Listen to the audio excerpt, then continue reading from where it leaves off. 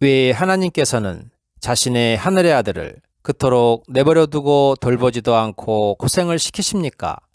그 무슨 연유가 있기에 그렇습니까? 대순전경 제2장 상제의 성도와 기행이적 137절에 오랫동안 상복 못한 심해를 풀으시고 형렬에게 일러 가라사대 앞으로 말세가 당도하매 천지가 강대임 시인하였으니 정심수도하여 천지 공정에 참여하라. 앞으로 말세가 되면 천지가 큰 임무를 맡길 것이라고 한 것이다. 인사는 기회가 있고 천리는 도수가 있나니 그 기회를 지으며 도수를 짜내는 것이 공사의 규범이라고 하신 것이다.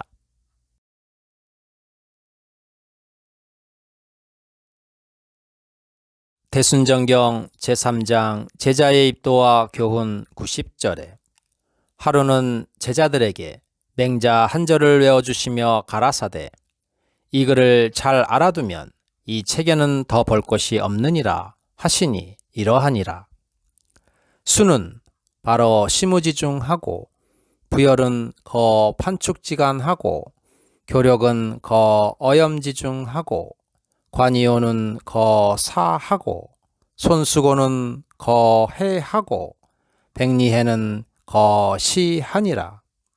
고로 천장 강대임 어시냐에 필선고 기 심지하고 노 기 근골하며 아 기 체부하고 궁핍 기 신하여 행불란 기 소위하나니 소위로 동심 인성하여 증이 기 소불능하니라 하시고 이 글이 곧 하늘에서 사람을 쓰는 규범이니라 하시니라.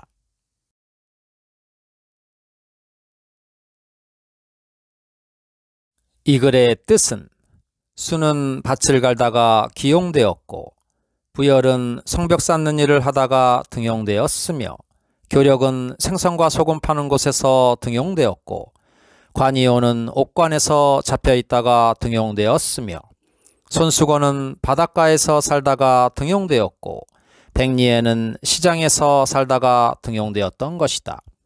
그러므로 하늘이 장차 그러한 사람들에게 큰 일을 맡기려 하면은 반드시 먼저 그의 마음과 뜻을 괴롭히고 그들의 힘줄과 뼈를 수고롭게 하고 그들의 몸과 살을 굶주리게 해서 그들에게 아무것도 없게 하여서 그들이 하는 것이 원래 해야 할 일과는 어긋나게 만드는데 그것을 통하여 마음을 움직이고 성질을 참아냄으로써 전에는 할 수 없던 일을 더 많이 할 수 있게 하기 위한 것이다.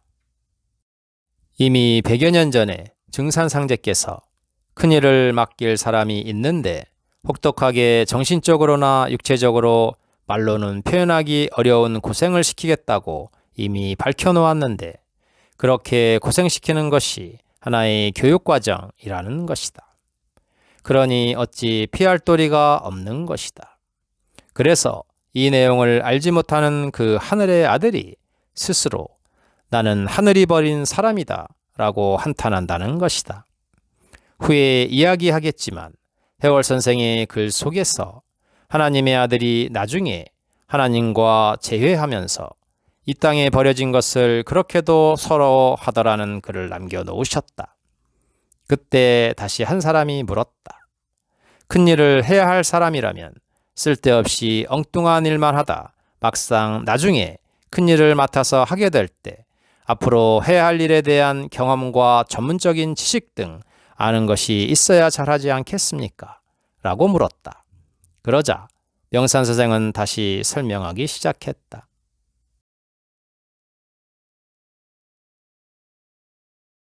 대순전경 제9장 어천 24절에 또 형렬에게 물어 가라사대 내가 내 사물을 대신하여 보겠느냐?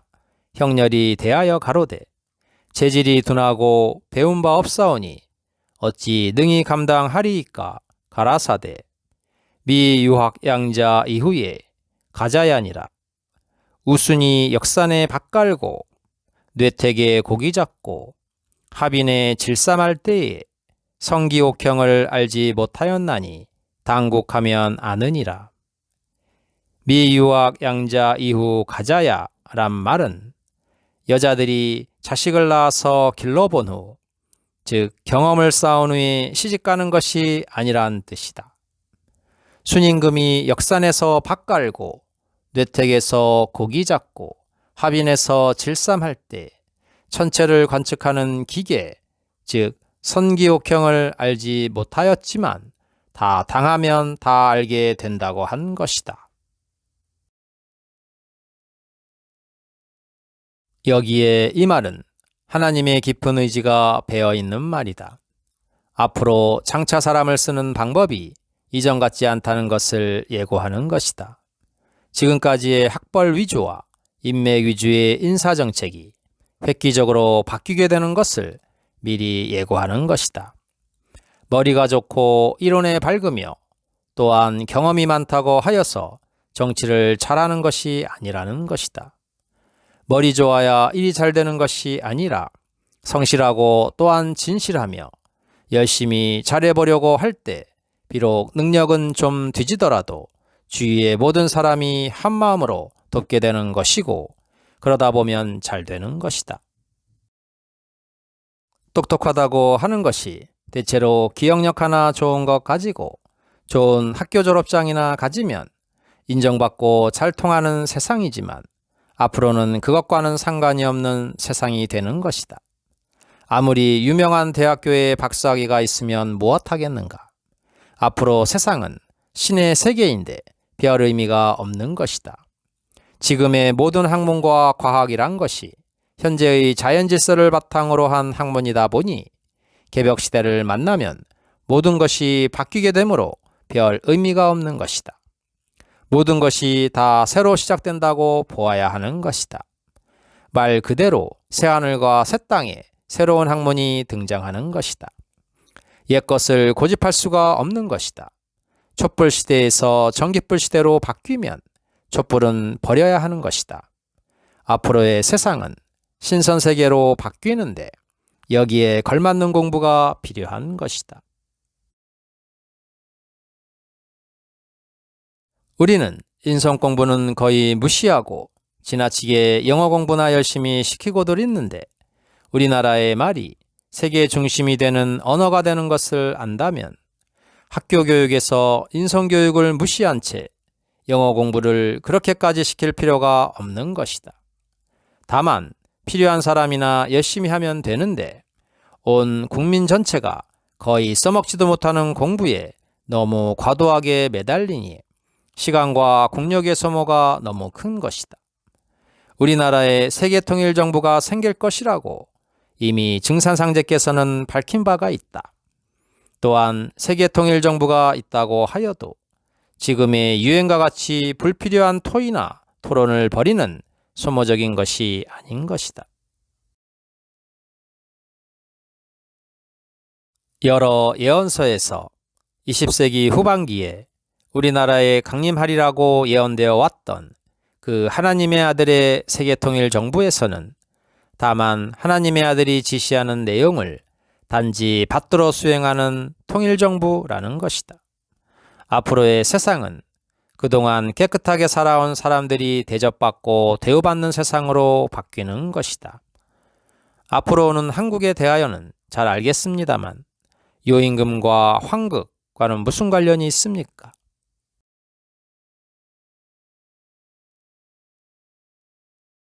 대순정경 제5장 개벽과 성경건설 4절에 선천에는 상극지리가 인간과 사물의 법도를 맡았으므로 모든 인사가 도의에 어그러져서 원한이 맺히고 쌓여 사계에 넘침에 마침내 살기가 터져나와 세상의 모든 참혹한 재앙을 일으켜 왔나니 그러므로 이제 천지도수를 뜯어고치며 신도를 바로잡아 망고의 원을 풀고 상생의 도로서 성경을 열고 조화정보를 세워 하염없는 다스림과 말없는 가르침으로 백성을 교화하여 세상을 고치리라. 무릇 머리를 들면 조리가 펴임과 같이 또 인륜 기록의 시초이며 원의 역사의 처음인 당요의 아들 단주의 깊은 원을 풀면 그 뒤에 수천 년 동안 쌓여 내려온 모든 원의 마디와 고가 풀리리라.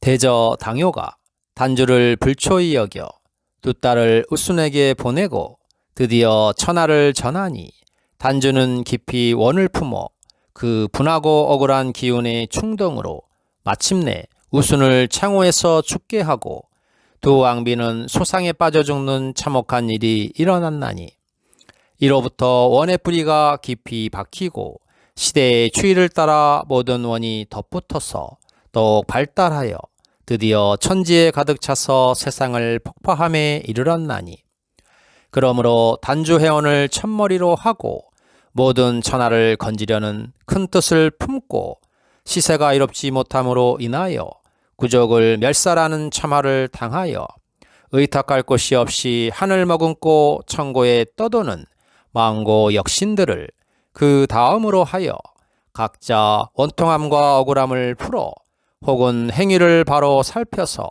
곡해를 바루며 혹은 의탁할 곳을 주어 영원히 안정을 얻게 함이 곧 성경건설공사의 첫 번째 할 일이니라. 하나님 아들의 원을 푸는 것을 유임금의 아들인 단주의 원을 푸는 것으로 비유하여 말하는 것으로 보아야 하겠다. 이는 하나님 아들의 존재를 깊이 숨겨야만 하는 하나님의 숨은 뜻을 알 수가 있는 것이다. 그래서 모든 예언서에는 미래의 정도령이며 하나님의 아들이 선위를 유임금으로부터 받는 것으로 기록되어 있는 것이다. 격암요록 세론시에 진사 낙지, 진사 출세, 진사 요지수선, 격암요록 궁을론에 천수 소녀, 계룡 태조, 등위 비상, 옥등 취야, 무기지일, 정도령이 천자로서 등위하는 것을 옥등 취야, 무기지일이라고 하여 날짜까지도 기록하고 있다. 옥에 등불이 켜진다고 했으니 옥은 정도령을 뜻하는 말인데 그의 몸에서 빛이 나올 때라고 한 것이다. 또한 이때에 남북 통일이 된다고 예언서마다 쓰여 있는 것이다. 다음은 요임금의 아들인 단주에 대하여 알아보자. 대순정경 제사장 천지울로 개조공사 72에서 73절에 이 뒤에 전주 용머리고기에 이르사 공우에게 일러 가라사대 천지에서 약기운이 평양으로 나렸으니 내일 평양에 가서 약재를 사오라. 공우 대답하고 행장을 수습하여 다시 명령이 있기를 기다리더니 이날 밤에 글을 써서 불사르시며 가라사대 평양서 약기운이 전주로 왔도다 하시고 김병옥을 불러 약 300냥어치를 사오라 하시니라. 수일 후에 구리골로 돌아오사 밤나무로 약패를 만들어 패면에 광제국이라 각하여 글자 회계 경면주사를 바르신 뒤에 공우에게 명하여 가라사대 이 약패를 원평 길거리에 붙이라. 공우 대답하고 원평으로 가려 하거늘 물어 가라사대 이 약패를 붙일 때에 경관이 물으면 어떻게 대답하느니요? 공우 대하여 가라사대 망국의원을 설립하여 죽은 자를 다시 살리며 눈먼 자를 보게 하며 앉은 뱅이를 걷게 하며 그 밖에 모든 병을 대소 물론하고 다 낫게 하노라 하겠나이다. 가라사대 내 말이 옳으니 그대로 하라 하시고 약패를 불사르시니라.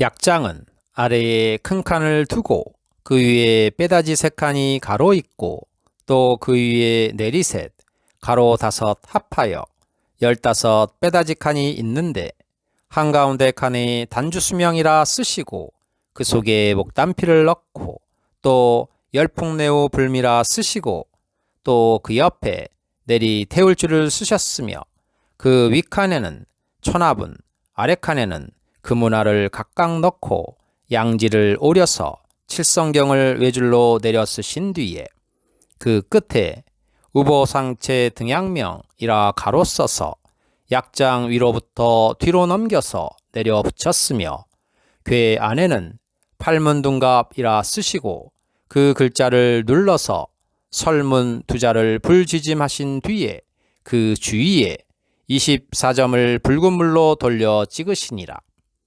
전주로부터 약재를 가져올 때에 마침 비가 오거늘 가라사대 이는 약탕순이라 하시니라.